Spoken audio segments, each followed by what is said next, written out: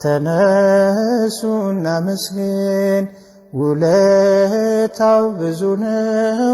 ምን ይከፈለዋል? ተመስገን ብቻ ነው። በኃጢአት በሽታ ወድቄ ሳለሁኝ መድኃኒት ክርስቶስ ከውድቀት ያነሳኝ። ስጦታው ብዙ ነው ለኔ የሰጠኝ። ተመስገን ብቻ ነው አምላክ ላንተ ያልነኝ። ሰው ሆይ ደስ ይበለን በአምላካችን፣ ከኃጢአት ባርነት ነፃ ላወጣን። ተነሱ እናመስግን ውለታው ብዙ ነው። ምን ይከፈለዋል? ተመስገን ብቻ ነው። እንደ በርጠ